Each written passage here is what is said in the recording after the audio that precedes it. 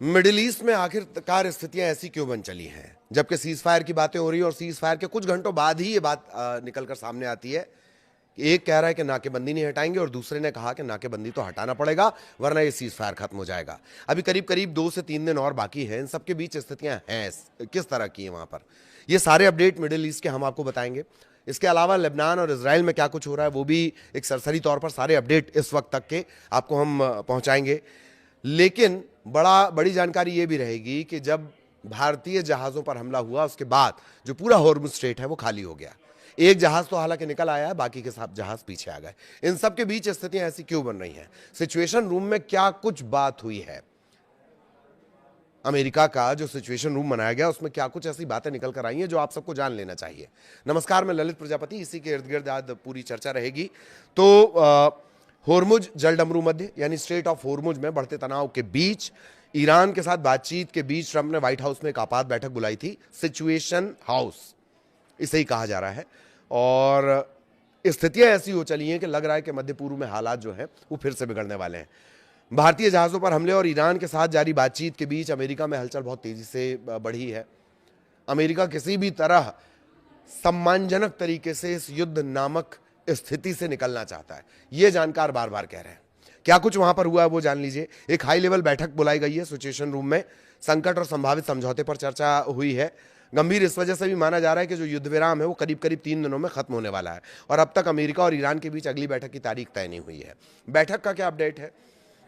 बैठक का अपडेट यह है कि ट्रंप ने शुरुआत में कहा था कि इसी वीकेंड पर ये हो जाएगा, तो वीकेंड तो आ गया, लेकिन दरअसल शहबाज शरीफ बाहर थे, इस वजह से ये तय माना जा रहा था कि इस वीकेंड पर तो बैठक नहीं हो पाएगी। लेकिन आगामी कुछ दिनों में ये बैठक हो सकती है। इस तरह के संकेत कहां से मिल रहे हैं? इस तरह के संकेत पाकिस्तान से मिल रहे हैं, उस होटल से मिल रहे हैं जिसे पूरी तरह सील कर दिया गया है और वहां पर बुकिंग एकदम बंद कर दी गई है जहां पिछली बैठक हुई है, यानी होटल मैरियट में। ठीक, वहां पर आगे की तारीख तक की बुकिंग बंद कर दी गई है। इस तरह के संकेत मिल रहे हैं, उसका भी एक अपडेट हम आप तक पहुंचाएंगे। आज जो सिचुएशन रूम में मीटिंग हुई है व्हाइट हाउस में, सिचुएशन रूम में आपात बैठक, 1-2 दिन में ये दावा किया, ट्रंप ने पहले दावा किया था कि 1-2 दिन में हालात ठीक हो जाएंगे, 1-2 दिन में डील फाइनल हो जाएगी। खैर, ट्रंप के बयानों के बारे में अब क्या ही कहना। आज जो मीटिंग हुई है उसमें कौन कौन था वो जान लीजिए। व्हाइट हाउस की जो महत्वपूर्ण बैठक थी इसमें जेडी वेंस थे, जाहिर तौर पर वो रहेंगे। विदेश मंत्री मार्को रूबियो, रक्षा मंत्री पीट हेग्सेथ, ट्रेजरी के जो सेक्रेटरी हैं स्कॉट बेसेंट और कई बड़े अधिकारी इसमें मौजूद रहे। CIA के निदेशक, जॉइंट चीफ्स माफ कीजिएगा, जो जॉइंट चीफ हैं अलग अलग महकमे के, वो भी इसमें शामिल हुए हैं। ये साफ किया गया है, ये बयान आया है ट्रंप की तरफ से, अमेरिका की तरफ से, कि ईरान हमें ब्लैकमेल नहीं कर सकता। क्यों ये बात कही जा रही है? क्योंकि ईरान ने ये कहा कि होर्मुज से नाकेबंदी तो हटानी पड़ेगी बॉस। बैठक के बाद क्या आया है? ये जो पूरा घटनाक्रम रहा इसमें पाकिस्तान की बड़ी महत्वपूर्ण भूमिका हो गई है। पाकिस्तान के जो सेना प्रमुख हैं आसिम मुनीर, उनकी जो इस हफ्ते तेहरान में एक महत्वपूर्ण बैठक हुई अमेरिका ईरान के बीच, उन्होंने मीडिएटर की भूमिका निभाई है और ईरानी पक्ष से फ़ोन पर भी उन्होंने बातचीत की है। ईरान की सुप्रीम नेशनल सिक्योरिटी काउंसिल ने कहा है कि अमेरिका ने नए प्रस्ताव दिए हैं, इन पर फिलहाल विचार किया जा रहा है। बातचीत का केंद्र ईरान का जो परमाणु कार्यक्रम है और यूरेनियम का भंडार है वो बना हुआ है। यूरेनियम भंडार को लेकर आपको याद होगा कि ट्रंप ने कहा था कि यूरेनियम तो हम हर हाल में लेंगे, ठीक, और उसके बाद जो गालिबाफ हैं वहां की संसद के जो मेन हैं, उन्होंने ये क्लियर कर दिया कि ट्रंप ने 7 बड़े बड़े झूठ बोले हैं। उसमें यह भी शामिल था कि यूरेनियम को लेकर कोई बातचीत नहीं हुई, ईरान यूरेनियम नहीं देगा, ये उन्होंने क्लियर कर दिया था। अब ये बैठक आज हुई है। होर्मुज में अचानक बढ़े तनाव के बीच फिर से बैठकों के दौर चल रहे हैं। ट्रंप ये कह रहे हैं कि ईरान अगर ब्लैकमेल हमें करेगा तो हालात बिगड़ सकते हैं और ये साफ हो जाएगा कि बातचीत आगे बढ़ेगी या नहीं बढ़ेगी। इस तरह की बातें कही जा रही हैं। इधर लेबनान में क्या हुआ? लेबनान में युद्ध विराम के बावजूद फायरिंग हो रही है। इजराइल ने दक्षिणी लेबनान में येलो लाइन इस नाम से एक नई बॉर्डर बना ली है, खुद से बना ली है बॉर्डर। हालांकि सीज फायर के दौरान जो आपके कब्जा किए हुए इलाके उससे आपको वापस आना होता है, पर इजराइल उससे वापस नहीं आ रहा है। वो अपनी जो सैन्य तैनाती है वो वहीं पर रखे हुए है।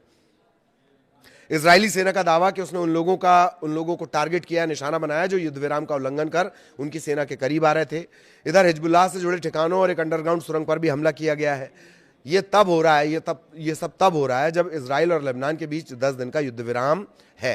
लेबनान सरकार और हिजबुल्लाह अलग अलग करके इसे देखिएगा। ठीक, आप फटाफट अपडेट जान लीजिए। ईरानी राष्ट्रपति का दावा है कि सम्मान के साथ हम संघर्ष खत्म करना चाहते हैं। मसूद पेजेश्कियान क्या कह रहे हैं, क्या लिख रहे हैं, वो जान लीजिए।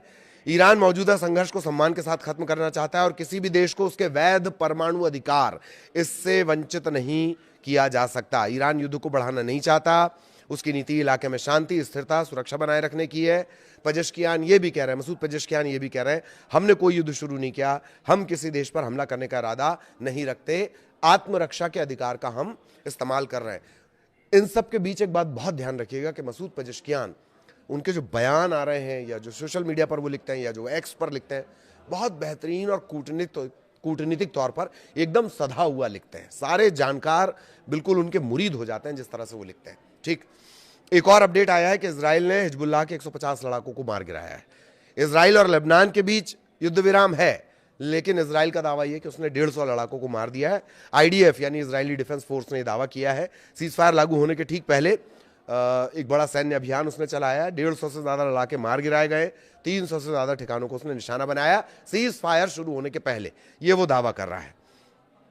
इधर सीज फायर के बीच धमाके हो रहे हैं। दक्षिण लेबनान में इजरायली सैनिकों की मौत की भी खबर है। विस्फोटक डिवाइस के जरिए, जो आईईडी टाइप की डिवाइस होती है, उसके जरिए हमला हुआ है। इधर अमेरिका पर ईरान का हमला, बातचीत की तारीख तय नहीं। ठीक, और जहाज़ों, एक और जो बड़ा अपडेट हमने आपको बताया था कि जैसे ही भारतीय जहाज़ों पर फायरिंग हुई है, खबर यह है कि एक जहाज़ तो क्रॉस कर गया था, फायरिंग के बीच क्रॉस कर गया था। हालांकि उसकी एक अलग इनसाइड स्टोरी है, वो भी हम आपको बताने की कोशिश करेंगे। लेकिन एक जो बड़ा अपडेट है कि फायरिंग हुई भारतीय जहाज़ों पर, उसके बाद एक जहाज़ ने पार कर लिया, लेकिन बाकी के जो जहाज़ हैं उन्होंने यू टर्न ले लिया है। होर्मुज जलडमरू मध्य में जो जिस तरह तेज़ी से हालात बदले, अचानक से बदले, तो ईरान की नाकेबंदी के बाद कई जहाज़ों ने अपना जो रास्ता है वो बदल लिया है। 20 से ज़्यादा ऐसे जहाज़ हैं जिन्होंने यू टर्न ले लिया, वापस लौट गए हैं। कुछ पर फायरिंग की घटनाएं, फायरिंग भी हुई है, इस तरह की भी खबर आई है। ईरान के साथ जारी संघर्ष के बीच सीजफायर टूटने की आशंका तेज है और रिपोर्ट्स इस तरह से कह रही हैं कि सैन्य और राजनीतिक अधिकारी संभावित नए टकराव की तैयारी में जुट गए हैं। ये जो टेंशन है मिडिल ईस्ट में, ये जो तनाव है, ये अपने आप में इस मायने में भी बिरला है कि एक ही वक्त पर यहां शांति की बातें हो रही हैं और एक ही वक्त पर संग्राम यानी युद्ध यानी वॉर यानी संघर्ष की भी बातें हो रही हैं।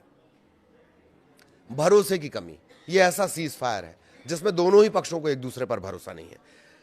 ये एक बड़ा अपडेट है। और 8 हफ्ते करीब ये जंग चली, उसके बावजूद अमेरिका, ईरान की जो ताकत है वो बरकरार है। अमेरिका के जो सैन्य और खुफिया अधिकारी हैं उनका ये कहना है कि संघर्ष के बावजूद ईरान की सैन्य ताकत अभी भी बरकरार है। करीब 40% अटैक ड्रोन से 60% से ज्यादा मिसाइल लॉन्चर उसके पास अभी भी मौजूद हैं। किसके पास? ईरान के पास। और यही सबसे ज्यादा चिंता की बात है अमेरिका के लिए। जानकारी ये भी मिल रही है सोर्स के हवाले से, जो अमेरिकी अधिकारी हैं वो ये जानकारी दे रहे हैं कि युद्ध के बाद भी ईरान ने गुफाओं और बंकर में करीब 100 लॉन्चर सिस्टम जो है उन्हें एक्टिव कर रखा है। और पाकिस्तान से क्या अपडेट है, जहां ये बातचीत के दौर चल रहे हैं, वहां से क्या अपडेट है? अमेरिका की अहम वार्ता से पहले हाई अलर्ट पर रखा गया है, रावलपिंडी को हाई अलर्ट पर रखा गया है। 10,000 से ज्यादा पुलिस वाले तैनात हैं, 600 से ज्यादा चेक पॉइंट बना दिए गए हैं। नूर खान एयरबेस और इस्लामाबाद एयरपोर्ट के आसपास के इलाकों को आधी रात से सील करने का फैसला लिया गया है। ड्रोन उड़ान, कबूतरबाजी, हवाई फायरिंग, इस पर पूरी तरह से रोक रहेगी, इस तरह की जानकारियां मिल रही हैं। तो ये वो सारे अपडेट हैं। और कमला हैरिस का भी एक बयान आ गया, उसको भी आपको जान लेना चाहिए। अमेरिका की पूर्व उपराष्ट्रपति कमला हैरिस ने ट्रंप पर तीखा हमला बोला और ये भी कहा कि इजराइल के प्रधानमंत्री नेतन्याहू ने ट्रंप को इस युद्ध में खींच लिया। ये आरोप बार बार लग रहे हैं कि ट्रंप को कहीं ना कहीं, क्या इजराइल के जो पीएम है नेतन्याहू वो चला रहे हैं राष्ट्रपति ट्रंप को? इतनी बड़ी सुपर पावर को कौन चला सकता है? बार बार ये कहा जा रहा है कि इतनी बड़ी सुपर पावर को कौन चला रहा है? नेतन्याहू चला रहे हैं। यहूदी लॉबी चला रही, जूइश लॉबी चला रही है। अब कमला हैरिस भी यही बात कर रही हैं। डेट्रॉइट में डेमोक्रेटिक पार्टी के फंडरेजर में उन्होंने बोलते हुए कहा कि अमेरिकी लोग नहीं चाहते और इससे अमेरिकी सैनिकों की जान खतरे में पड़ रही है। नेतन्याहू ने इन सब आरोपों को खारिज किया है। तो ये वो तमाम बड़े अपडेट्स हैं जो इस वक्त तक के हैं। आगे भी अपडेट आप तक पहुंचाएंगे। नमस्कार।